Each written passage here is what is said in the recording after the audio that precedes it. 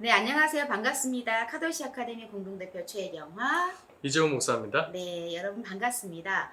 오늘은 또 목사님 굉장히 저희가 특별한 손님을 모셨죠. 네, 아주 네. 먼 곳에서 네. 카도시 TV에 촬영하시기 위해서 좀 멀리서 오셨습니다. 네. 자, 사모님 저기 먼저 자기 소개를 좀 부탁드려도 될까요? 네, 네. 저는 캐나다에서 온 김사라 사모입니다. 저는 캐나다에서 20년 넘게 살고 있고요. 그리고 대학생인 아이들 둘이 있습니다. 저는 남편인 김아브람 목사님과 태국 선교를 위해서 지금 잠시 한국을 방문하고 있습니다. 제가 캐나다에서 크리스찬 부모의 한 사람으로서 아이들을 키우면서 느꼈던 경험들과 느낌들을 여기 카도시 아카데미에서 나누고자 합니다. 네. 아. 캐나다에서 좀 오래 계셨었죠?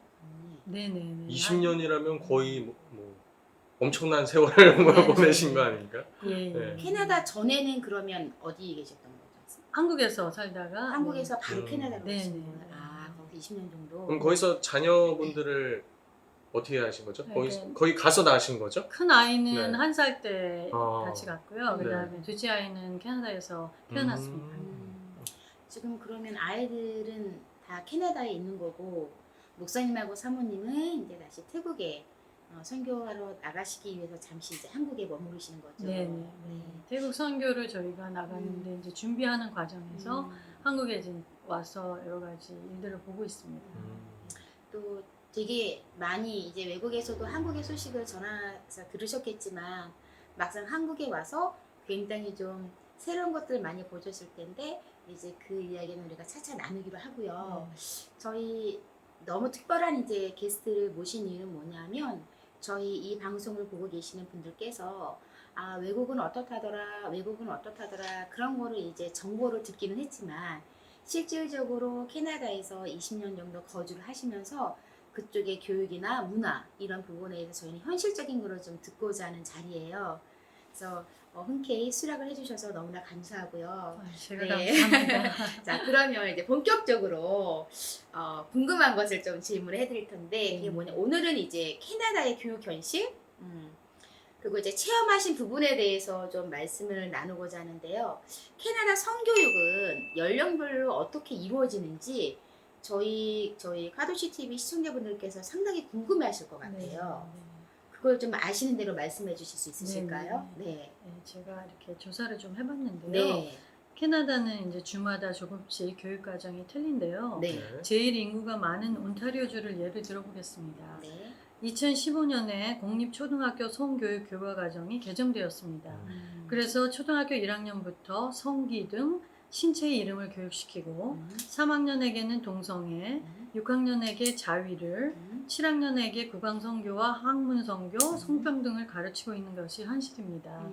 그런데 2018년에 자유당에서 보수당 주지사로 바뀌면서 개정된 2015년 성교육 과정을 1998년 전으로 회귀할 것을 발표했어요. 네. 그래서 이 개정안에는 초등학교 3학년 과정에서 배우던 동성애와 동성 부모로 이루어진 가족에 대한 내용이 삭제되고 네. 초등학교 6학년 과정에서 젠더 표현, 젠더 익스프레션이라고 그러죠. 네. 에 대한 내용이 삭제되며 8학년 과정에서는 트랜스젠더를 포함한 다양한 젠더 스펙트럼과 이들의 성 정체성에 대한 부분이 완전히 배제됨으로써 다양한 성적 지향과 성 정체성에 대한 내용을 교육하지 않게 된다는 것이 포함되어 있습니다. 네. 하지만 이 개정안은 많은 사람들의 반대에 부딪혀 주정부의 개정안이 학생의 인권을 침해한다는 캐나다 시민자유협회, 소수자 학생들의 인권과 교사들의 권리를 침해한다는 온타리오 초등학교 교원 노동조합으로부터 법정 소송을 당했습니다. 네.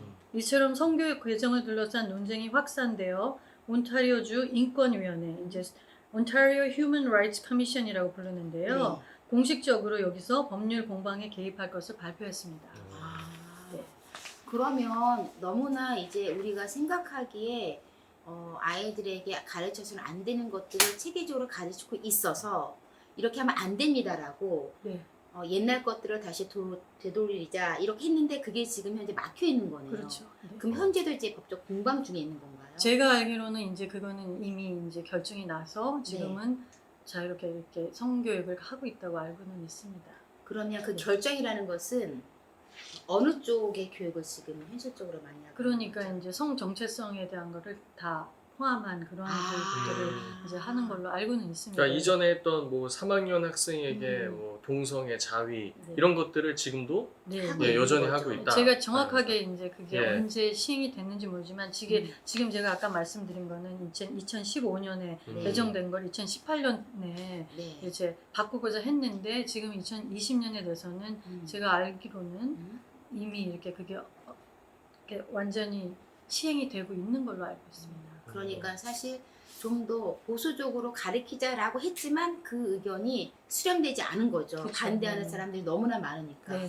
그래서 우리가 음. 이전에 그 이 성교육이 이 정치하고도 어느 정도 연관이 돼 있다라는 그렇죠. 그 얘기들을 좀 나눴잖아요. 근데 네. 이것이 단지 우리의 견해가 아니라 이 해외 사례를 통해서도 알 수 있거든요. 네. 지금 캐나다 같은 경우에도 이제 보수적인 사람들이 이제 집권을 해서 이 성교육 관련돼서도 좀 보수적으로 가자라고 하지만 이것이 정말 쉽지 않은. 네. 그래서 처음에 어떤 것이 이 제정되는가 그리고 그 제정된 것을 어떻게 지키는가가 참 네, 정말 여러 가지 예, 쉽지 않은 그런 모습을 네. 보게 됩니다. 그래서 이제 제가 좀 말씀드리고 싶은 거는 네. 이러한 현실적인 인권과 자유와 권리를 주장하는 많은 단체들의 큰 목소리의 영향으로 기독교 가정과 공동체에서 자녀들에게 공립학교에 교육을 시키는 것은 기독교 교육관에 비춰볼 때 많은 챌린지와 어려움들이 있습니다.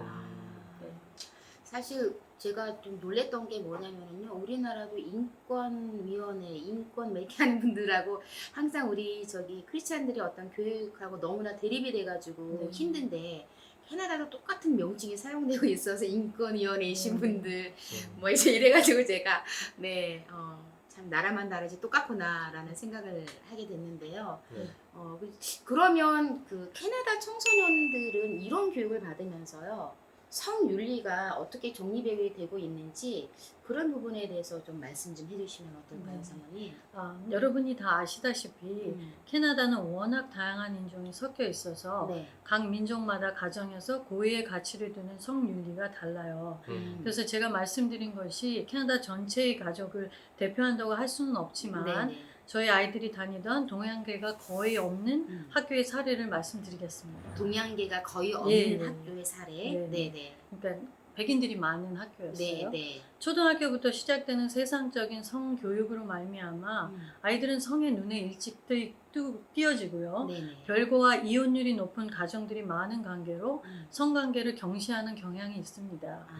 고등학교 학생들이 남자친구와 여자친구가 있다는 것은 성관계를 포함하는 관계를 말하며 고등학교 졸업 무렵 이성 친구가 있는 학생들의 대부분이 성 경험에 아주 익숙하게 되어 사회로 나가게 됩니다. 고등학교 졸업쯤에 익숙하게 돼서 사회로 나가게 된다. 네네. 근데 아까 이제 말씀하신 것처럼 이 가정이 이렇게 무너져 있으면 아이들이 위험성 행동이 높아지거든요. 그렇죠, 네. 맞아요. 네, 이거는 그냥 뭐 다른 한국에 있는 그런 데이터만 보더라도 네네. 네, 쉽게 알 수 있는데 아이들이 그걸 통해서 오히려 그 부모하고 이 형성돼야 될 그런 사랑의 관계를 이제 부족한 부분을 그렇죠. 이성에게서 네, 찾게 찾게 되는 되고 거죠. 네, 맞습니다. 계속 네, 갈구하게 네. 되는 네. 거고. 그렇게 되면은 뭐 자연스럽게 물론 나중에도 나오겠지만 음. 낙태율은 자연스럽게 높아질 것 네, 같아요. 제가 네. 이제 이따가 네. 이제 자세하게 말씀을 드릴 거고요. 네네. 이제 제가 아는 한 남학생은 아주 친한 친구의 옛 여자친구와도 사귀고 성관계를 아무렇지도 않게 하기도 합니다. 그러한 관계에 대해서 미안함이나 죄책감이나 아무런 감정과 불편함이 없습니다. 그리고 제가 알고 있는 여자 고등학교 학생은 고등학교를 졸업하기 전에 첫 성 경험을 하는 것을 정말 너무 원하고 그것이 너무 쿨하다고 생각하는 거예요. 아이들 사이에서.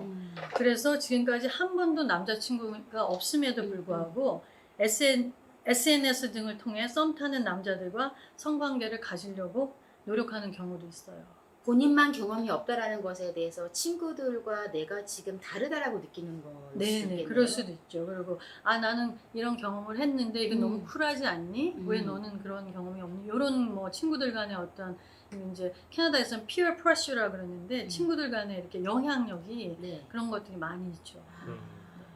근데 제가 좀 놀란 거는 친구의 여자친구와 그런 관계를 했는데도 불구하고 너무 거리낌이 아무것도 없다. 쿨하다라는 게 없어요. 이걸 쿨하다라고 받아들여야 되는 건지 무개념이라고 받아들여야 되는지 그런 사실 헷갈리고 있습니다. 그런 어떤 진짜. 감정이 없어요. 자기 베스트 프렌드가 옛날 여자친구랑 음. 사귀면서 잠자리도 같이 하고 또 그 자기 제일 친한 친구를 같이 이렇게 셋이 만나기도 하고 근데 이런 그런 문제가 경우가 있습니다. 사실 우리 이제 뭐 케이스 바이 케이스긴 한데 한국에서도 제 주변에 이제 위기 청소년, 학교 밖 청소년 이렇게 사역하는 이런 단체들이 있거든요. 네.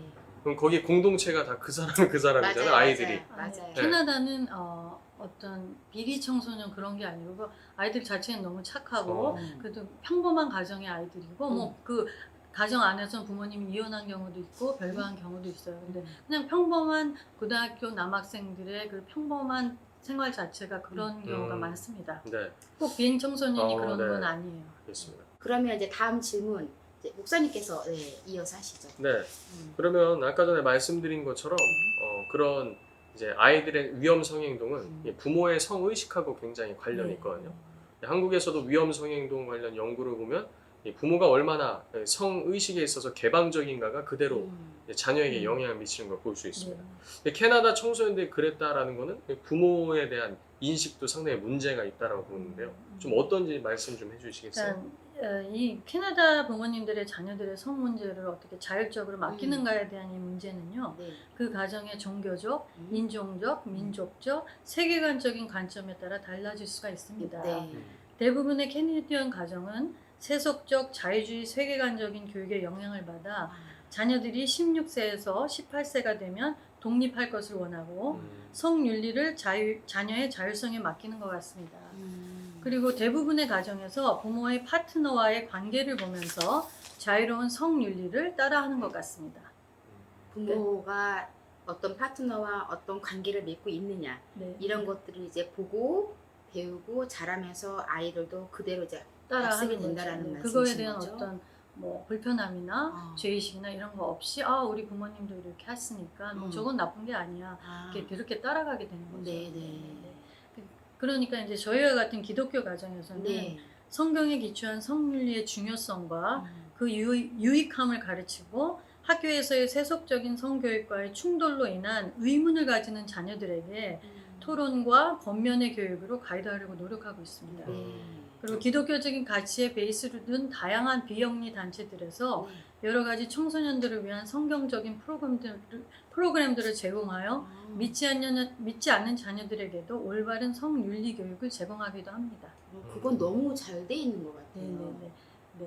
그러면 대체적으로 그런 비영리 단체들은 다 크리스천 단체들이 많이 하시겠네요. 거의 크리스찬 베이스를 그 정신을 가진 단체들이 그런 것들을 많이 하고 있습니다. 그러면 예를 들어서 그런 프로그램 안에는 성경적인 성교육 같은 프로그램도 있을까요, 선생님? 그거를 이제 뭐 아주 자세하게 하지는 않지만 네네. 성경의 바탕으로 해서 그런 것들을 이렇게 표현해주는 그런 경우들이 있습니다. 그러면은 그렇다 할지라도 그 프로그램에 참석하는 아이들이라면 그래도 부모님들이 크리스찬이고 이런 교육이 더 좋은 거라서 아이들을 많이 좀 이렇게 가라고 권하겠네요. 그런 경우도 있고요. 네. 그리고 이제 그런 어떤 비영리 단체들이 그 믿지 않는 아이들이 올 수 있도록 그런 상담의 개념의 또 그런 프로그램들을 만들면 그런 크리스찬 가정이 아니더라도 그냥 상담 차원에서 이렇게 뭔가 듣고자 하고 하는 그 무슨 결손 가정이라거나 네. 아이들이 힘든 경우에 있을 때 네네. 그런 아이들이 와서 듣는 경우도 많이 있습니다. 네. 약간 우리나라 그거하고 비슷한 것 같아요. 우리나라도 저도 이렇게 참석했던 거 있었는데 제가 이제 뭐 많이 나가지 못했는데 또 특정 지역에 보면은 그러니까 이제 가정 밖 청소년 있잖아요. 집 밖 청소년. 예전에 이제 가출 청소년이라고 네네. 했는데 이 아이들이 주로 밀집돼서 있는 지역이 있어요. 예를 들어 월요일 날에는 어디 많이 모인다. 화요일 날에는 어디 많이 모인다. 이런 식이 있는 거예요. 그러면 거기 가서 이제 아이들이 저녁이 되면은 잠잘 곳이 없고 배가 고프니까 거기에서 자율적인 성매매가 많이 일어나기도 하거든요. 그래서 이제 아이들을 그렇게 청소년들을 방치하면 안 되니까 거기서 이렇게 텐트 같은 걸 마련한 거예요. 그래가지고 아이들은 급한 게 이제 휴대폰 충전 내지는 겨울엔 추우니까 잠깐 몸을 녹일 수 있는 거 막 이런 것들이거든요. 그러니까 여기 오면 그런 걸 제공을 해라고 하고 애들이 이제 여기로 들어오게 하는 거죠. 그러면서 아이들과 상담을 하고 위기에 있을 때 이 아이들이 좀 더 안전하게 좀 보호받을 수 있도록 그런 걸 하는 어떤 시스템적인 게 있거든요. 근데 다 이제 우리나라도 사실은 비영리 단체예요, 사모님. 네. 그래서 이제 곳곳에서 그런 일들을 하는 분들이 있는데 완전히 똑같지는 않아도 어쨌든 크리스찬 아이들이 아니라 할지라도 이곳에 와서 그런 좋은 어떤 영향력을 좀 받을 수 있게끔 많이 그래도 노력을 하시네요. 네네네. 아, 네. 그리고 이제 캐나다는 그렇게 가출이라는 개념보다는 혼자 독립을 해서 아파트를 얻거나 그리고 너무 어린 아이들 같은 네. 경우에는 이제 정부에서 이제 다 이렇게 간섭을 많이 하잖아요. 네. 너무 어린 아이들 같은 청소년들 같은 경우에는 워먼즈 쉘터라 그래가지고 그 아이들이 이제 일주일이든 일주일, 30일이면 30, 한 달이면 한 달 동안 거기서 먹고 자고 할 수 네. 있는 그런 것들이 이렇게 다 있습니다. 그래서 이제 그런 데 가서 안전하게 그렇게 쉴 수 있는 그런 쉴수 곳이 있고. 있어요. 네. 아, 네. 자, 그러면 이제 다음 질문이 캐나다에서 한국 이민자들이 자녀가 학교에서 받는 성교육 있잖아요. 네.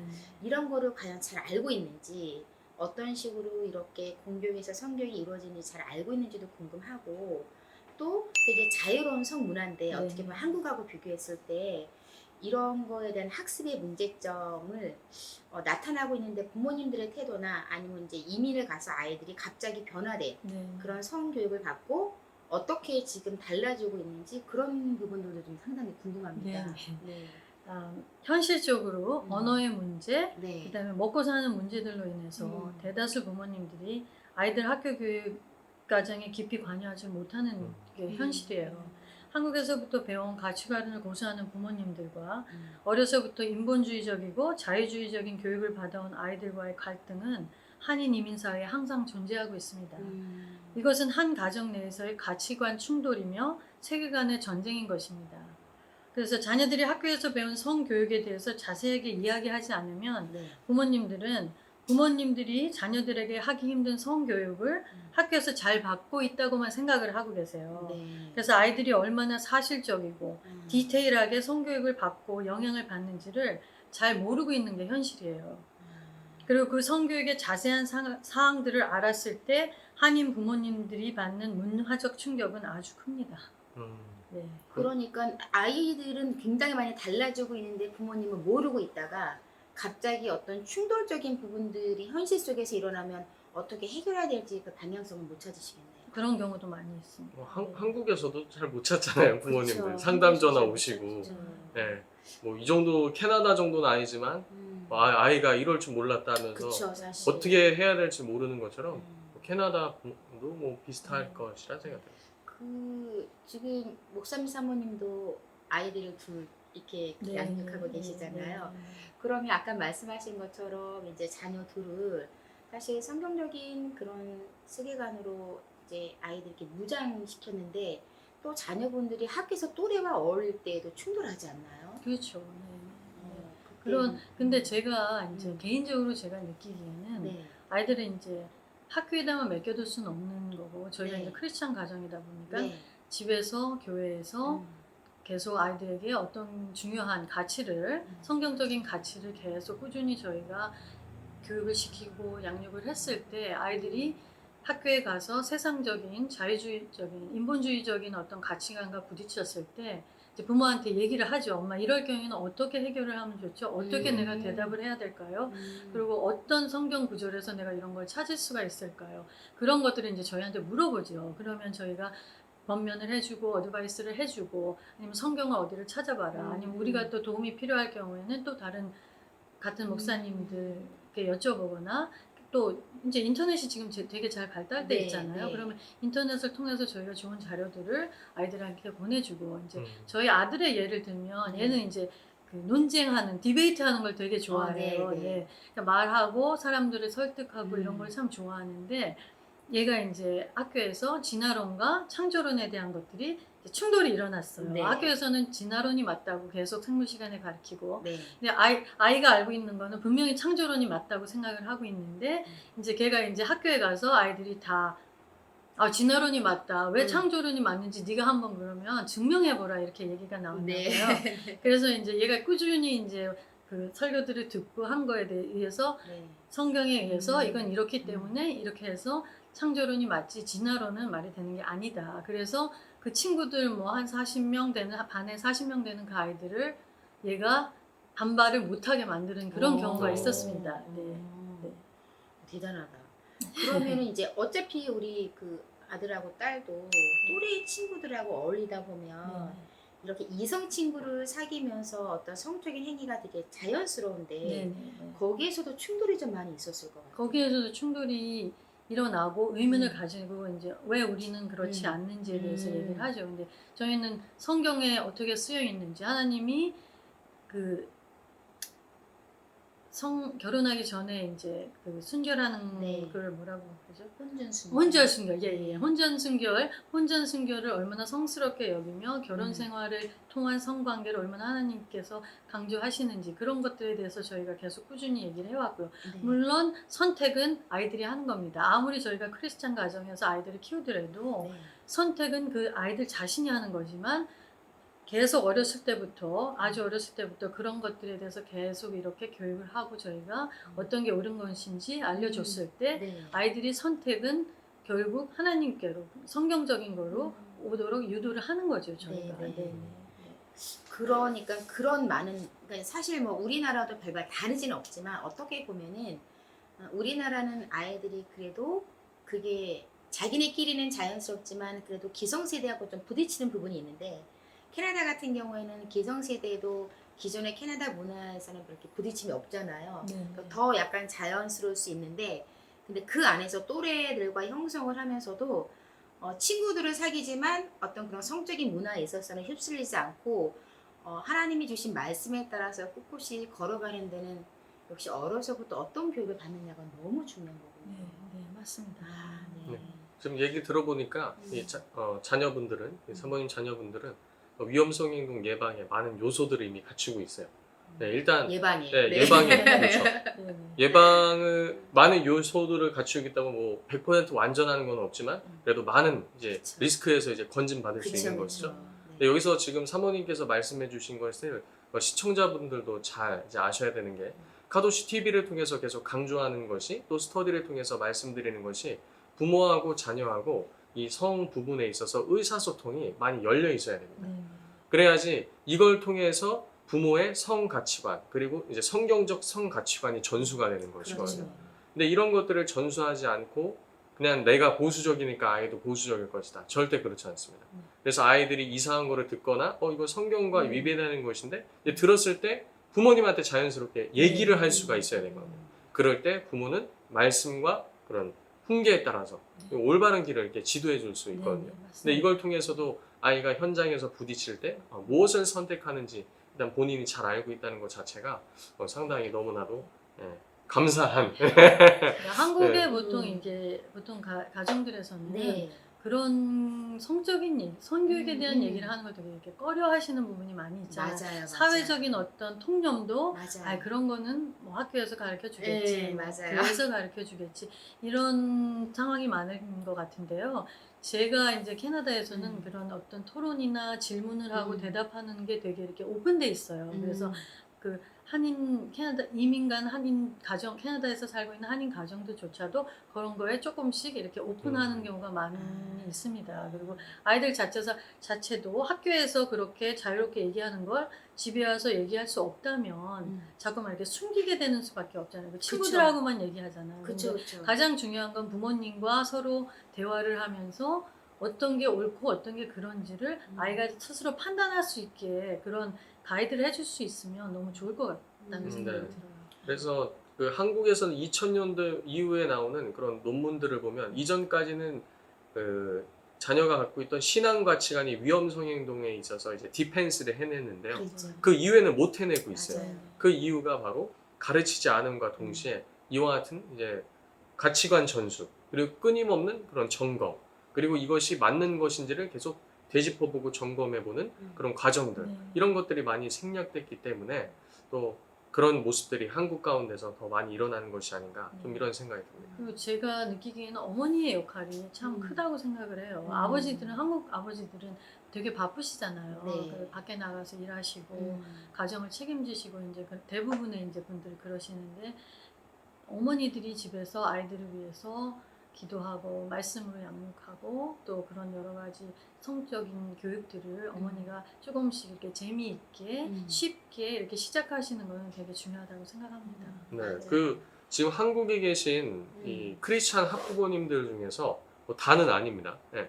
저희 교육을 받으신 분들은 이렇게 자연스럽게 네. 아이가 궁금해하는 것들에 대해서 성경적으로 지도하면서 가이드 해주시는데요. 네. 또 일부에서는 본인은 이제 성경적 성 가치관을 갖고 있는데 아이하고 얘기하는 걸 굉장히 좀 어려워하거나 네. 꺼려하시는 분들 계시거든요. 좀 많아요. 그런 학부모님들에게 뭐 한마디 조언을 좀 해주신다면. 그러니까 어떻게 네. 해야 될지를 모르셔가지고 네. 되게 어려워하시는 경우가 너무 그러니까 많죠. 질문을 아이들한테 너 음. 학교에서 요새 뭘 배웠고 음. 학교 그런 성교육 시간에는 어떤 거를 가르치고 음. 그리고 엄마한테 궁금한 게 있는지 아이들에게 먼저 관심을 가지면서 질문을 이렇게 조금씩 이렇게 편하게 하시면 좋을 것 같아요. 그러면 네. 아이가 닫혀 있던 아이도 엄마가 나한테 관심을 보여주고 또 엄마가 혼내는 게 아니라 너는 어떤 의견을 가지고 있니? 너는 왜 그런 의견을 그런 식으로 생각을 하냐 하면서 서로 이렇게 대화하듯이 그렇게 얘기를 하다 보면은 아이도 마음의 문을 열 것이고요. 그 다음에 그런 성이라는 거, 성교육이라는 거에 대해서 부끄러운 게 아니라 인간은 성적인 존재이기 때문에 인간은 그 성에 대한 거를 관심을 가질 수밖에 없고 또 옳은 길로 가야 되는 그런 게 성인 거잖아요. 네, 네. 그러니까 이제 그러니까 부모님, 엄마 입장에서는 엄마들이 먼저 다가가서 이렇게 물어보고 아이들이 도대체 어떤 지금 상태인지 어떻게 생각을 하는지 그런 것부터 시작을 하시면 참 좋을 것 같습니다. 네. 네. 그러면 한 가지만 더 이제 여쭙겠는데요. 그 보통은 이제 유아 시기라고 해서 네, 네. 아이들 학교 들어가기 전 한국으로 따지면 어린이집이나 유치원 다니는 나이 뭐 3살에서 보통 한 6살, 7살까지 이때는 이제 저희 카도시에서는 하나님께서 세상을 창조하시고 사람을 만드시고 가정 우리가 어떻게 이루어져야 되고 이거 엄마 아빠한테 얼마나 사랑받으면서 자랐고 막 이런 이야기를 많이 들려주는 게 참 기본적으로 필요한 성교육이다. 네. 네, 이제 이렇게 이야기를 많이 하거든요. 사모님께서 좀 특별하게 보시기에 자녀들에게 했던 노하우가 있으시면 좀 이 시간에 풀어주시죠. 네. 저는 이제 쉽게 쓰여진 성경책 같은 거, 네. 그림 성경책 같은 거에 네. 이제 나오잖아요. 아담과 네. 하와가 나오고 네. 아이를 낳고 뭐 그런 얘기, 그런 것들을 이제 성경을 읽어주거나 아니면은 좋은 동화책들이 많이 나와 있어요. 네. 그러니까 제가 말로 이렇게 설명해도 아이가 알아듣지 못할 유아기적인 아이들은 네. 그림으로 표현된 좋은 책들을 뭐 크리스찬 서적들이나 네. 아니면 카도시에서 아카데미에서 추천하는 여러 가지 책들을 이렇게 보여주시면 아이들이 그게 가랑비에 뭐 옷 젖는다는 말이 네, 있듯이 네. 그게 정확하게 어떤 건지 알지 못하지만 어떤 게 좋은 가정에서 좋은 성문화인지를 이렇게 배울 수 있는 그러니까 씨앗이 된다고 저는 네. 생각을 해요. 네. 제가 되게 이제 놀랬던 거는 항상 자녀분들이 그 캐나다에 있으면서도 그렇게 하나님의 말씀으로 자기가 가치관을 잘 확립했다라는 것도 이제 되게 제가 놀랍다라고 생각을 했는데 이제 이민을 보통은 가시는데 특히 뭐 캐나다나 호주 이쪽으로 생각을 하시는 분들은 자녀의 교육 때문에도 많이 이제 생각을 하시고요. 부모님들이 함께 가시지 않는다고 할지라도 사실은 자녀들만 이렇게 유학을 보내는 경우도 많이 있거든요. 그런데 막상 한국에 계신 우리 부모님들은 그쪽의 성문화가 어떤지 잘 모르고 그저 이제 공부만 열심히 이렇게 하고 올 거라고 생각을 많이 하시죠. 그 한국에서 이제 부모님과 같이 가지 않고 유학 온 우리 그 한국 유학생들이 성적으로 좀 많이 힘들어하기도 할 것 같아요, 사모님. 근데 문화가 달라서. 네. 제 주변에는 그렇게 혼자 와서 한 아이들은 제가 별로 보지는 못했어요. 네. 근데 이제 대도시 같은 경우에는 그런 아이들도 많이 있는데 네. 저희 이제 그 이민사에 그런 말도 있어요. 절대 따로 오지 말라. 기러기 아빠, 기러기 이렇게 음. 엄마와 아이들이 오고 아빠가 혼자 한국에서 그것도 참 어려운 상황이 많이 있고요. 네, 네. 그리고 아이들을 혼자 보내는 거 정말 내가 믿을 수 있는 가정이 있어서 그 아이를 잘 케어할 수 있는 가정이 있지 않은 이상은 보통은 캐네디언 가정에서 이제 아이가 방을 얻어서 이렇게 네네. 사용하는 경우가 네, 많이 맞아요. 있어요. 네. 근데 그런 경우는 아이가 자기가 어떤 가치관이 성경적인 가치관이 딱 성립되어 있지 않은 이상은 정말 많이 휩쓸려 다니는 경우가 많이 있어요. 그리고 이민을 같이 부모님하고 왔더라도 부모님이 너무 바쁘고 아이를 어떻게 아이가 어떤 상황에 있는지를 케어할 수 없는 경우에는 친구에 많이 청소년 시기는 친구에 워낙 많이 의존을 하잖아요. 맞아요. 그러니까 친구 따라서 이렇게 어떤 사상에 물든다거나 어떤 그런 관계가 형성되거나 그런 것들이 많이 있기 때문에 되도록이면 부모님이 같이 가시는 게 제일 좋고요. 유학을 가더라도 혼자 보내는 경우에는 아이에게 자주 걔 상태를 체크를 하시고 그다음에 얘가 어떤 생각을 가지고 있는지 정말 학교에서 정말 아이들은 부모님이 이렇게 전화를 하면 다 나 괜찮다 잘 지낸다 보통 그렇게 얘기를 하세요. 네. 근데 정말 엄마는 아이의 상태가 얘가 진실을 얘기하는 건지 아니면 얘가 정말 엄마 걱정할까 봐 얘기하는 건지 그런 걸 잘 아시잖아요. 네, 그리고 네. 모르시면 질문을 통해서 이렇게 알으셔서 정말 귀한 우리 아이가 옳은 길을 가도록 그거는 부모가 아이가 성인이 될 때까지는 부모가 계속해서 이렇게 체크를 하셔야 되는 맞아요. 네. 체크를 해야 돼요. 사실 이게 성경적인 방법이고요. 그렇죠. 그리고 위험 성행동에 있어서 가장 취약한 부분이 바로 그런 부분입니다. 홀로 뛰어노는 것. 그래서 부모 감독 수준이 떨어지면은 아이 위험 성행동 지수는 이제 수직 상승하거든요. 그런데 이제 뭐 타지에 혼자 내보내 있다? 굉장히 위험합니다. 아이가 어느 정도 진짜 신앙이 견고한 뭐 20대를 넘어서 뭐 이제 뭐 한 20대 중반 그리고 자기가 진짜 미래를 향해서 개척하면서 나가는 뭐 그런 시기가 아니라 청소년기에 나간다. 이거는 정말 위험한 생각인 것 같습니다. 저는 20대도 혼자는 위험하다는 네, 생각을 사실 저도 그 말에 동의하는데 네. 또 보시는 분들 중에 그럴 수 네. 있으니까. 근데 이제 네. 그 영어를 배우기 위해서 네. 좀 일찍부터 내고 싶어 하시는 부모님이 많이 있으시니까. 있으세요. 네. 네. 네. 근데 아이의 영어가 임프루브 될 수는 있지만 아이의 어떤 정신적인 건강이나 또 어떤 외로움 그다음에 문화적인 어떤 세계관에서 오는 그 갈등 이런 거에 대해서도 한번 생각해 보셨으면 좋겠습니다. 네, 그래서 오늘은 앞으로도 나눌 내용이 너무 많기 때문에 한 이 정도에서 멈추도록 하고요. 네. 다음 시간 이어서 또 나눌 얘기가 너무 많죠? 네, 많죠. 다음 시간에 이어서 뵙도록 하겠습니다. 네, 사모님 저희 다음 시간에 또 같이 이야기 나눠주시길 부탁드리겠습니다. 감사합니다. 네, 고맙습니다. 감사합니다.